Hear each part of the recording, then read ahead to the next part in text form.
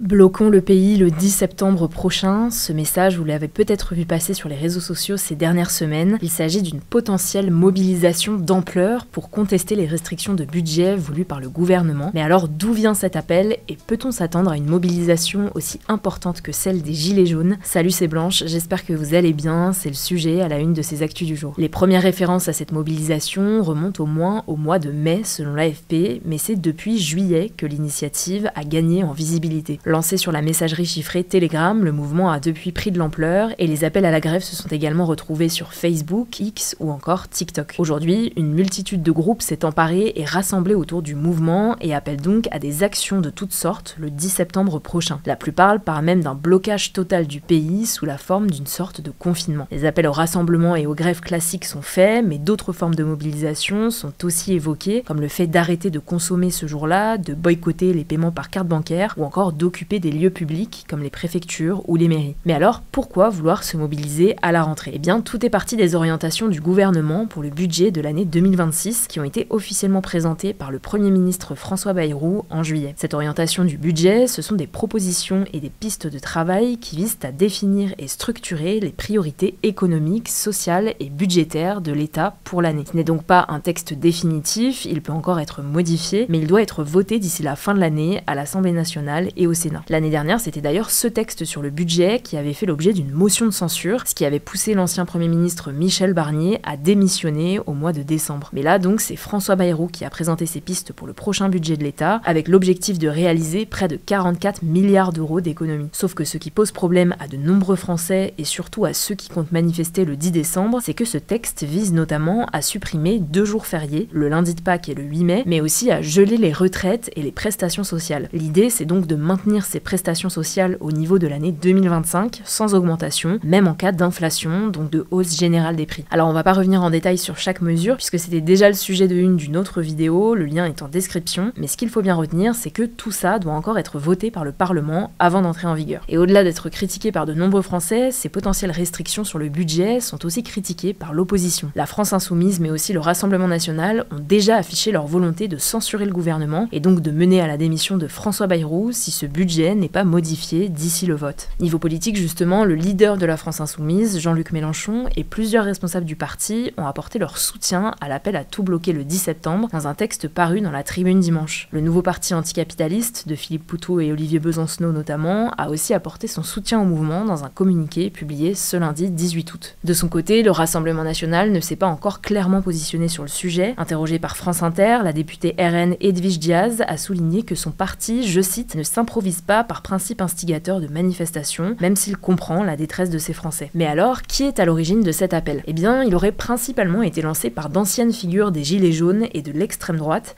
Les Gilets jaunes d'ailleurs réclamaient déjà à l'époque, fin 2018, début 2019, une amélioration du pouvoir d'achat. Ils s'opposaient également aux mesures d'austérité comme le gel des retraites et la hausse des taxes. Cependant, depuis, les services de renseignement qui ont été interrogés par France Info notent que ces initiatives viennent désormais de tous bords politiques, avec, je cite, une frange qui paraît plutôt d'extrême droite, d'autres plus d'extrême gauche, des anciens gilets jaunes et des personnes sans aucune idéologie. Sur France Info, l'historien Stéphane Siro analyse lui un mouvement très disparate à tout point de vue, que ce soit dans les modalités d'action que dans les points de vue politiques. En fait, face aux critiques sur certains soutiens, les principaux acteurs du mouvement cités par Libération ou encore Le Parisien expliquent qu'ils ne peuvent pas choisir qui les soutient, mais que le ras-le-bol touche tout le monde. De nombreux internautes qui soutiennent le mouvement appellent aussi fréquemment à rester indépendants de tout parti politique pour éviter toute récupération, donc le fait qu'un parti puisse en quelque sorte surfer sur l'initiative en se l'appropriant. Au-delà de cette mobilisation qui se présente comme apolitique et indépendante, de nombreux syndicats comptent aussi se mobiliser de leur côté à la rentrée contre ce budget. Force ouvrière a par exemple déposé un préavis de grève à partir du 1er septembre. La CGT appelle elle aussi à une grande mobilisation syndicale contre le budget 2026. Mais attention, il faut bien comprendre que les organisations syndicales restent à ce stade détachées du mouvement citoyen du 10 septembre. Mais alors près de 7 ans après le mouvement des Gilets jaunes, un retour à des manifestations d'une telle ampleur est-il réellement possible? Alors pour le moment, ce mouvement de contestation reste difficile à évaluer en termes de participation. Les Gilets jaunes contactés par Ici Alsace affirment par exemple qu'une grande mobilisation se prépare discrètement, tandis que d'autres expliquent que cet appel suscite peu d'intérêt autour d'eux. Ce qui est sûr, c'est qu'en France, pour qu'une grève soit reconnue et protégée juridiquement dans le secteur public et dans certains cas du secteur privé, elle doit passer par un appel syndical. Sans soutien des syndicats, des mobilisations dans le cadre du mouvement 10 septembre pourront donc avoir lieu, mais ces participants pourraient être légalement sanctionné, voire licencié pour absence injustifiée. On continuera évidemment à suivre ce mouvement ainsi que l'évolution du vote du budget 2026. Ça se passe sur nos comptes Hugo Décrypte sur Instagram et TikTok. Et en attendant, je vous laisse avec Samy pour les actualités en bref. Merci Blanche et bonjour à tous. On commence avec cette actu. Je voulais revenir sur la rencontre entre le président américain Donald Trump et le président ukrainien Volodymyr Zelensky qui a eu lieu ce lundi, puisque lors de cette rencontre, il y a aussi eu un appel entre le président russe Vladimir Poutine et Donald Trump. Et lors de cet appel, Poutine aurait déclaré qu'il était prêt à rencontrer Volodymyr Zelensky. Pour bien comprendre, cette déclaration est inédite. Jusqu'ici et depuis le début de l'invasion russe massive de l'Ukraine en février 2022, Vladimir Poutine avait toujours décliné les invitations de Volodymyr Zelensky pour une discussion en tête-à-tête. Leur dernière et seule rencontre remonte à 2019 à Paris lors d'un sommet organisé sous l'égide d'Emmanuel Macron et de l'ex-chancelière allemande Angela Merkel. Mais selon l'AFP, citant des sources proches du dossier, le président ukrainien qui se trouvait alors à la Maison Blanche avec des dirigeants européens aurait refusé la proposition de rencontre de Vladimir Poutine à Moscou. De son côté, Donald Trump a annoncé qu'il avait commencé les préparatifs d'une rencontre entre Vladimir Poutine et Volodymyr Zelensky, mais on n'a pas plus d'informations pour l'instant. De leur côté, les dirigeants européens présents, dont Emmanuel Macron, le Premier ministre britannique Keir Starmer et la présidente de la Commission européenne Ursula von der Leyen, ont affiché un front uni en soutien à l'Ukraine. Ils ont évoqué la formalisation prochaine des garanties de sécurité à fournir à l'Ukraine pour prévenir de toute attaque russe après un éventuel accord de paix. Deuxième actu, le Hamas a accepté une proposition de cessez-le-feu faite par l'Égypte et le Qatar, deux pays médiateurs. Cet accord prévoit une trêve de 60 jours en échange de la libération de 10 otages israéliens encore vivants, d'un retrait partiel de l'armée israélienne ainsi que d'échanges de prisonniers et de corps. Il inclut aussi un déploiement massif d'aide humanitaire et l'ouverture de négociations pour une paix durable avec des tensions et des blocages importants dans les aides et les pourparlers notamment. De son côté, Israël n'a ni accepté ni rejeté formellement cette proposition, rappelant que sa condition reste la libération de tous les otages, la démilitarisation de la bande de Gaza et du Hamas et le contrôle sécuritaire israélien sur le territoire palestinien. Plus de 62 000 personnes ont été tuées à Gaza depuis le début de la riposte israélienne le 7 octobre 2023, selon le ministère de la Santé de Gaza. Troisième actu, avec plus de 343 000 hectares brûlés, l'Espagne enregistre un nouveau record historique d'incendie. Il s'agit de la pire saison d'incendie depuis 2006. Ces méga-feux sont principalement concentrés dans le nord-ouest et l'ouest du pays, donc dans les régions de Galice, Castille et Léon et Estrémadure. Ils ont provoqué l'évacuation de milliers de personnes et causé plusieurs morts, dont un pompier. La puissance et l'étendue de ces incendies sont dues à une vague de chaleur exceptionnelle avec des températures qui ont atteint jusqu'à 45 degrés Celsius, combinées à une sécheresse accentuée par le changement climatique. Cette situation a poussé le Premier ministre espagnol Pedro Sánchez à appeler à un pacte national face à l'urgence climatique. Quatrième actu, au Venezuela, un pays d'Amérique du Sud, le président Nicolás Maduro a annoncé le déploiement de 4,5 millions de miliciens dans le pays. Cette décision est une réponse aux pressions et menaces de plus en plus importantes des États-Unis, notamment après le déploiement de forces américaines dans les Caraïbes pour une opération anti-drogue. En fait, le gouvernement américain accuse le président vénézuélien d'être à la tête d'un réseau qui a envoyé des tonnes de cocaïne vers les États-Unis, mais aussi de collaborer avec des cartels criminels. Et donc les États-Unis offrent une récompense de 50 millions de dollars pour toute information menant à l'arrestation de Nicolás Maduro. Et donc pour en revenir à cette milice vénézuélienne, elle a été fondée par l'ancien président Hugo Chavez, dont Maduro est le successeur. Elle est composée d'environ 5 millions de personnes, civiles ou réservistes,